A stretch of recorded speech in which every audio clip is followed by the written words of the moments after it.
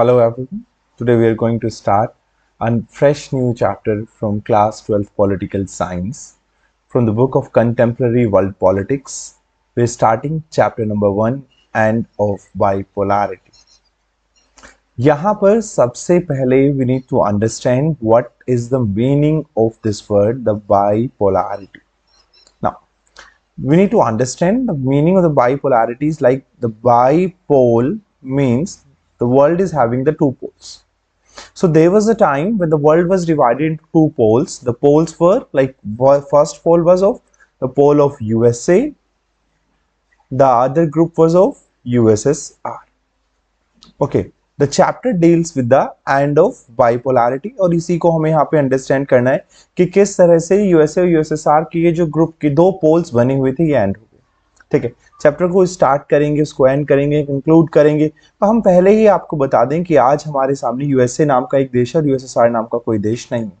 That means USSR का end होना ही इस चैप्टर में आपको like you are going to go through with the circle around the end of USSR actually, and that basically eventually वो end of bipolarity आपके सामने आपको आया. ठीक है, चैप्टर की जब स्टार्टिंग होती है हमारे सामने एक पिक्चर्स आपकी बनी हुई है like they here the people are breaking the walls. Okay, now here the people are breaking the wall. Here also the people are gathered around and there is a wall. The people are trying to break this wall.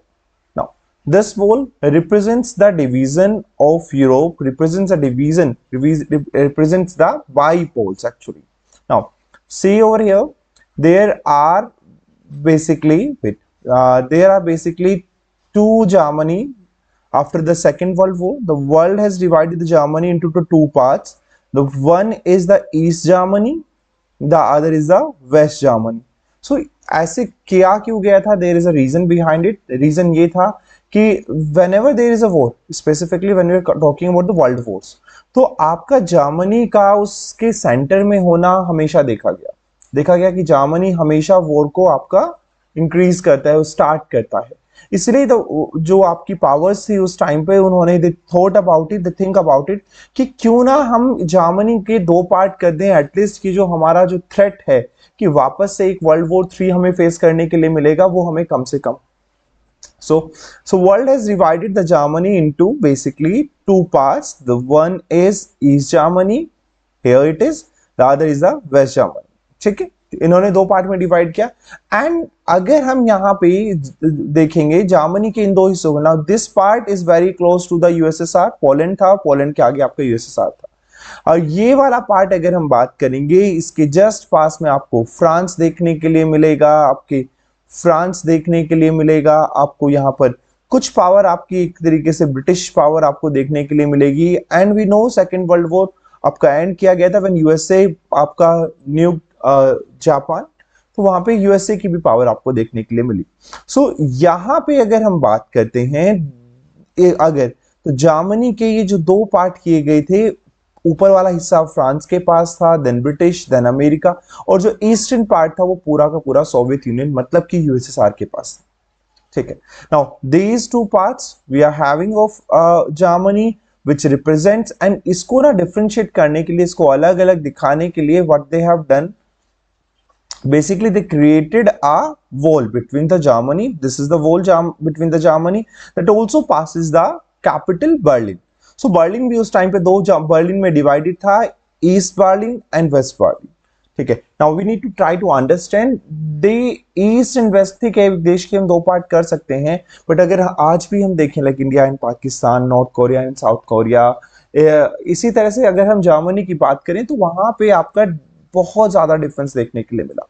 Now as this east Germany was very close to USSR, तो वहां पर आपका socialist regime आपका रहा. वहीं जो waste Germany था वो आपका ब्रिटेन या फ्रांस के ज्यादा पास था, तो वहां पे आपको एक कैपिटलिस्ट रिजीम देखने के लिए मिला. एंड ये वो टाइम था जब कैपिटलिस्ट रिजीम आपका बहुत अच्छे से सरवाइव कर रहा था. दे आर हैविंग इकोनॉमिकली अगर हम देखेंगे they are very good, well and good. Whereas east वाले पार्ट की बात करें, सोवियत या सोशलिस्ट पार्ट की अगर हम बात करें तो वो बहुत वीक थे. That is why the people from like eastern part they wants to be get together with the western part, and that is why these people are breaking this wall, and this is the Berlin Wall. ओके, chapter में अगर हम देखेंगे, it is been there, the Berlin wall was built in 1961 and it was there, it was like 150 kilometer long, stood and for like 28 years, and the people break the wall on the 9th of November 1989, that we need to remember. ठीक है, यहाँ पे अगर हम एक मोटा माटी इस चीज को देखने की कोशिश करते हैं, there the dark blue part is of the part which is basically completely the, जिसको हम आपका वेस्टर्न सोसाइटी या वेस्टर्न अलायंस के नाम से हम जान सकते हैं. Here you will see the dark blue part over here, the Britain is there, the France is here, okay. Similarly, the Germany is also, somehow the West Germany was under the influence of this society only. Okay, here you will see the red part, the Soviet Union part, and the country around it are also the, like, known to be the Eastern Alliance. Okay, here you will see this is. So because now these countries economically not doing very well, because of that the East Germany is becoming poorer and poorer. And similarly अगर हम बात करेंगे West Germany की, because the rich countries are there in the surrounding like Luxembourg, France, Britain, तो ये एक अच्छे से आपके डेवलप करे. This was a reason कि लोगों ने ये वॉल को ब्रेक किया, and these people जो एथनिकली एक थे, जो रिलीजियसली एक थे, जिनका कल्चर एक था, कस्टम्स एक था, उन्होंने अपने आप को एक ही जर्मनी बनाया. Okay, now what is this Soviet system? If you're going to read the Soviet system, now Soviet system is a system which was basically created by a political party. अगर हम बात करेंगे इनके फाउंडर की, तो you will see over here the founder was Vladimir Lenin. This person is Vladimir Lenin. Now Vladimir Lenin basically born in 1870 and he died in 1924. He founded the Bolshevik Communist Party, and which started the Russian Revolution in 1917 here, and which basically ultimately created the USSR. Now हुआ क्या था, ये जो communist party थी, ये आपके Russia या जितने जितने पार्ट में जीतती चली गई. Like this is like a single political party is going to win in the multiple countries, and then it make them a union. Not a single country but a union, and that particular union is known to be a Soviet system. Okay, and Union of Soviet Socialist Republics. So union था, ये देश नहीं था, एक union था अगर हम बात करेंगे.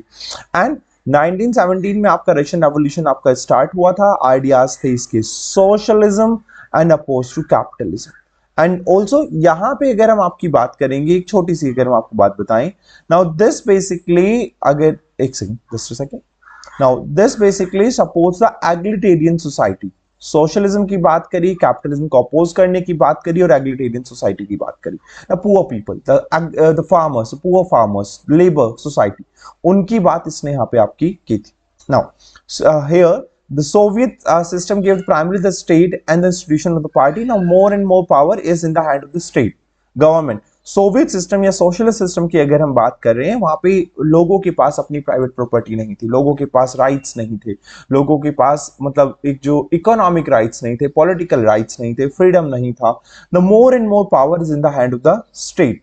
स्टेट का मतलब है यहाँ पे देश के पास अगर हम बात करेंगे, दे आर मोर पावरफुल. लोग जो होंगे, the people, they have very less power, very less power.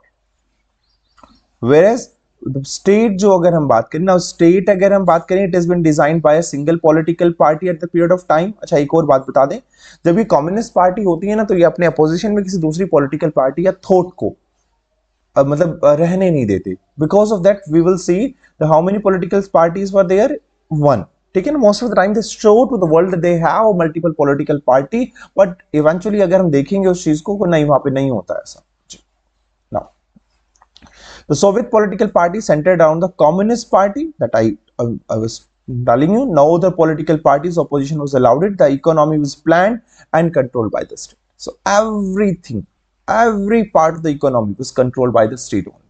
Now, after the Second World War, the Eastern European countries, Soviet army has liberated the fascist force, came under the control of USSR, क्योंकि वो एक सबसे बड़ा देश था. Second world war जैसे ही and हुआ, USSR सबसे बड़ा. सेकेंड वर्ल्ड वॉर की अगर हम बात करें तो वो आपका 1945 में एंड हुआ था. उस टाइम पे यूएसएसआर कंप्लीटली बन गया था. हमने अभी बात करी कि रशियन रेवोल्यूशन 1917 में स्टार्ट हुआ था, 1990 में लगभग आपको यूएसएसआर बन के तैयार हो गया था.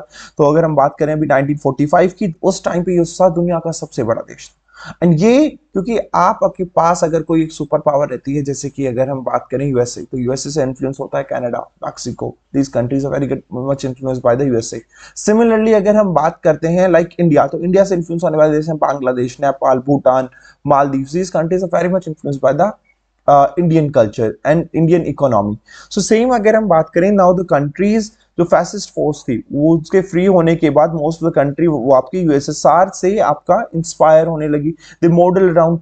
एंड इस टाइम पर इस देश, अच्छा एक यहाँ पे मैं आपको एक चीज बताना चाहता हूँ, दे वर लाइक वेट, उस टाइम पे we are dividing the world into the two parts, the one is the part which was ruled by the USA or led by the USA, the other is by the USSR।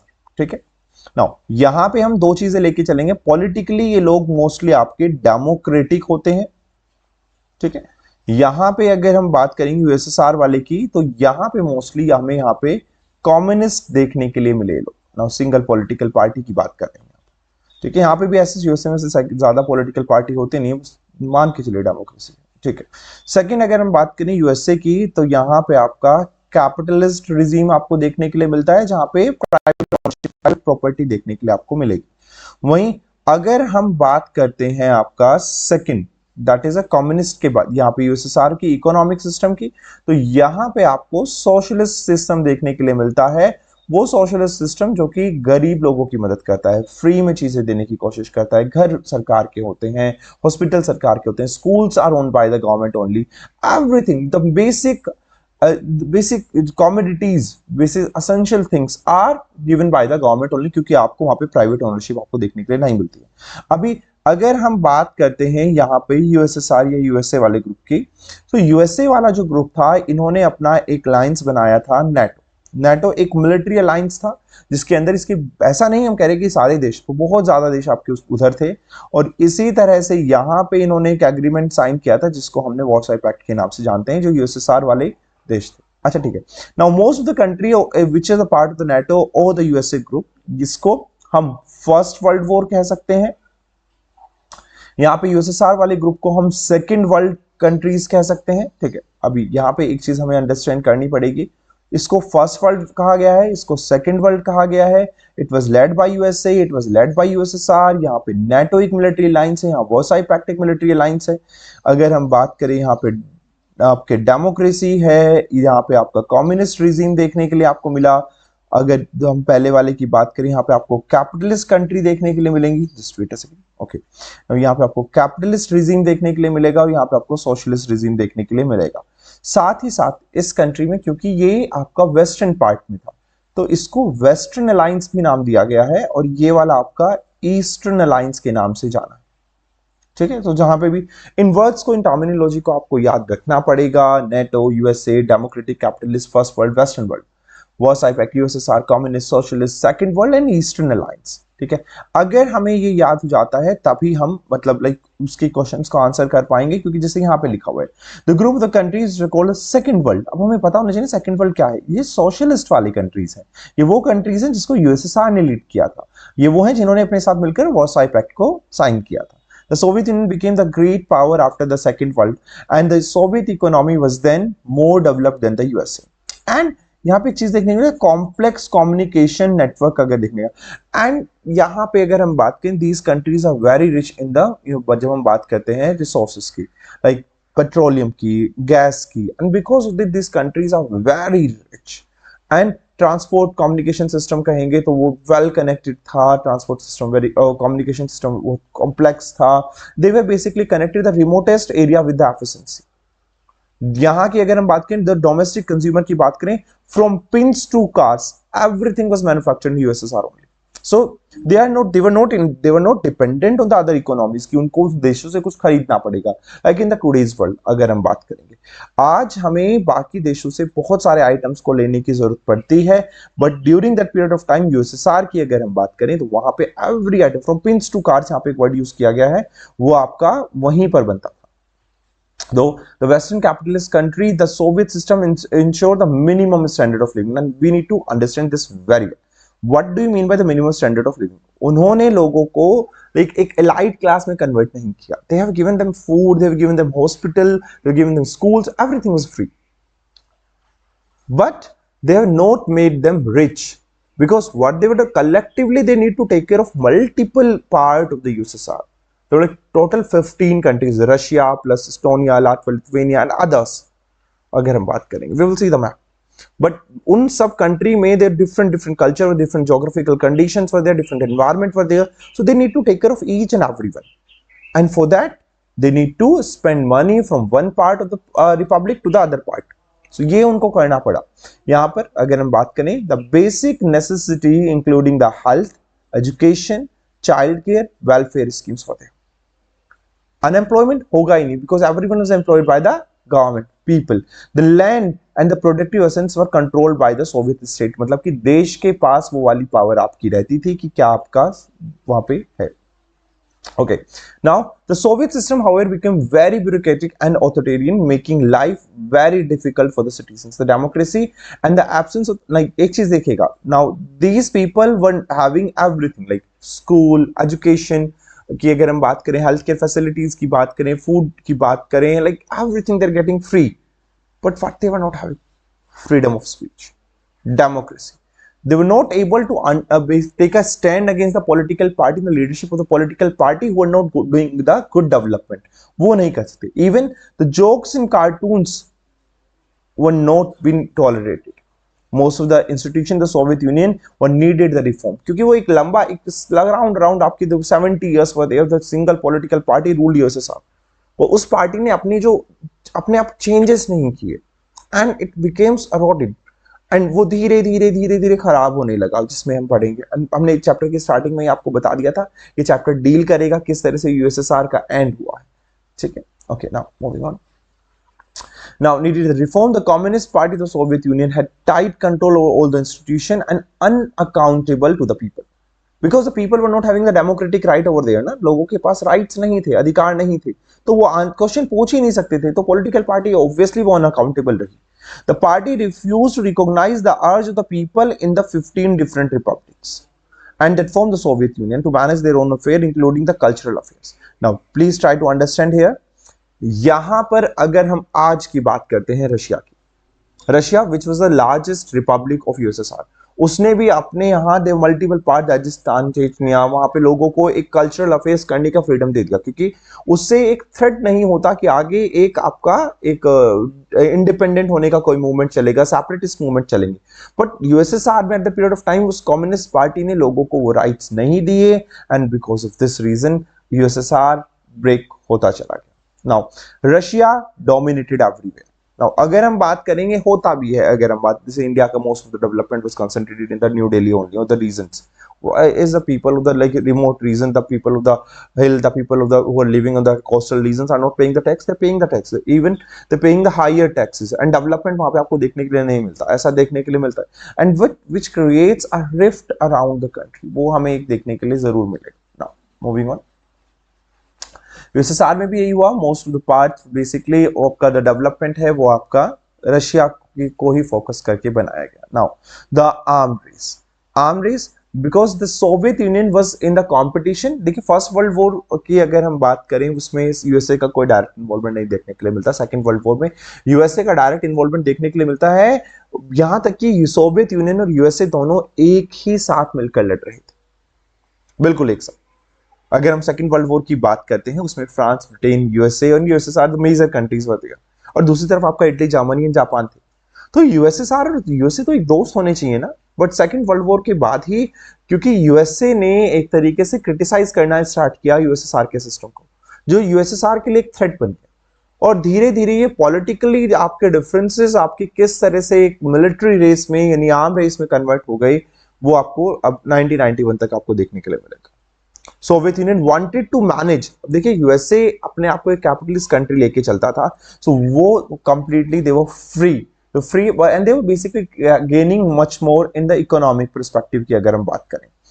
But यहां पे Soviet union को अगर अपने उस arm race में रहना था, they lag behind the technology of the western part, infrastructure, transport and fulfilling the political or the economic aspiration to the citizens. लोगों को अमीर होना था, अपना घर लेना था, अपनी जॉब करनी थी, उनको प्रमोशन चाहिए था, जो आपको देखने के लिए नहीं मिला सोवियत सिस्टम में, क्योंकि वहां पे everything was owned by the government.